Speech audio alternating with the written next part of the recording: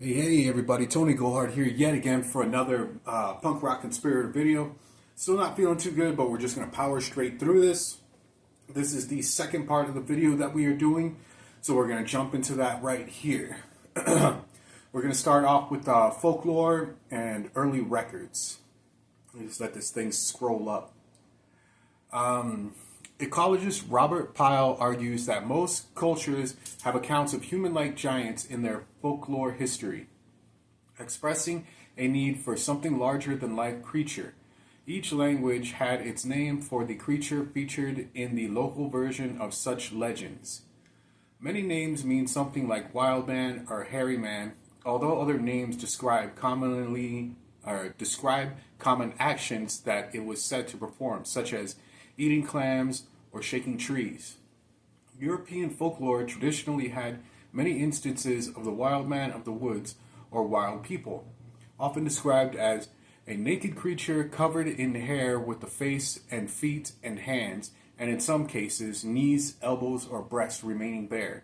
These European wild people range from human hermits to human-like monsters.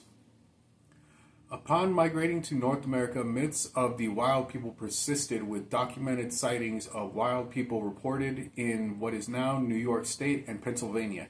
In 2007, paper titled Images of the Wild Man Inside and Outside Europe, it stated, and I'm assuming this is a quote here, "To be sure, the modern Squatch is largely the product of a European-derived culture. A possibility to an even greater extent is the Australian Yahoo. Accordingly, traces of the European wild man are discriminated in both figures, yet the Squatch has partly rooted in American representations of hairy humanoids, even through the relationship between these, which are often described as small, and the giant Squatch of the popular Canadian and American imaginations is hardly straightforward." Gregory IV. So that was a thing that he had, a quote from him. So let's get a little bit more into this. Many of the indigenous cultures across the North American continent include tales of mysterious, hair-covered creatures living in the forest, and according to anthropologist David Dagling, these legends existed long before contemporary reports of creatures described as Bigfoot. These stories differed in their details regionally and between families in the same community, and are particularly prevalent in the Pacific Northwest. Chief Michel of NLA Kamloops of Layton, British Columbia, told such a story to Charles Hill Trout in 1898. On the Tool River Indian Reservation, Petrology PHS created a tribe of Yukuts at a site called Painted Rock, are alleged by Kathy Moskowitz Strain, author of the 2008 book Giant Cannibals Monsters, Bigfoot in Native Culture, to depict a group of Bigfoots called the Family. The largest glyph called Hairy Man, and they are estimated to be 1,000 years old. According to the Tulare County Board of Education in 1975, Bigfoot, the hairy man, with a creature that was like a giant with long shaggy hair. His long shaggy hair made him look like a big animal. He was good in the way because he ate the animals that might harm people. And Yokut's parents warned their children not to venture near the river at night, or they may encounter the creature. Man, that was a mouthful.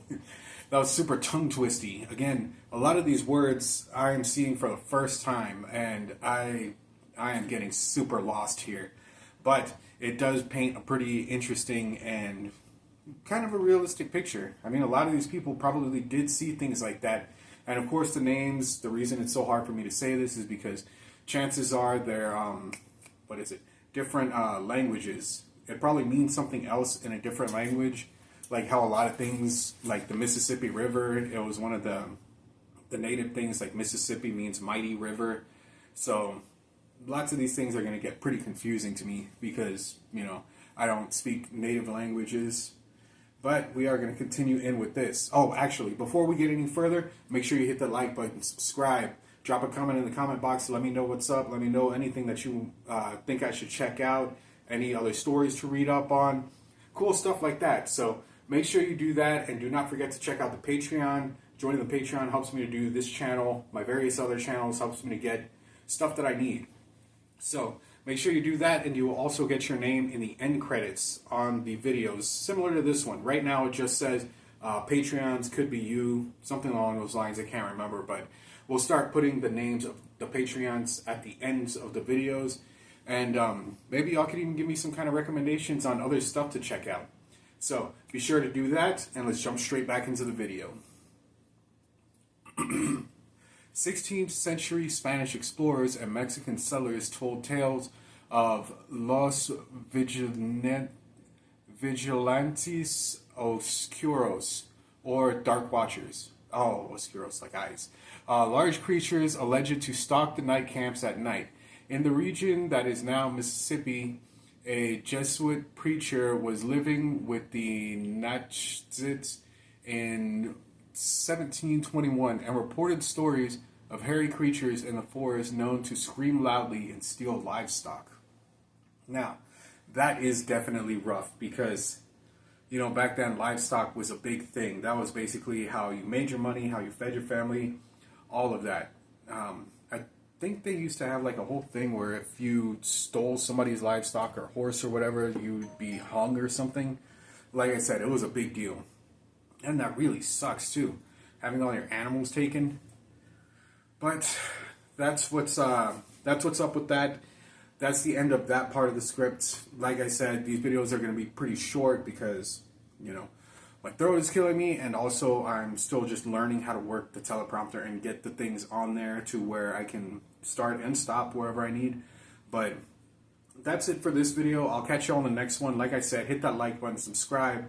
Drop a comment in the comment things, other things that you want me to check out, and then I'll be back for part 3 on this. I don't know how many parts I'm going to get, but for sure I'm going to be able to get a part 3, and then, you know, we'll jump into other stuff, other different kinds of folklore, cryptids, cool stuff like that, crazy conspiracies, all that fun stuff, just as long as it doesn't get too dark and too brutal, because, you know, my mind, it doesn't want too much craziness.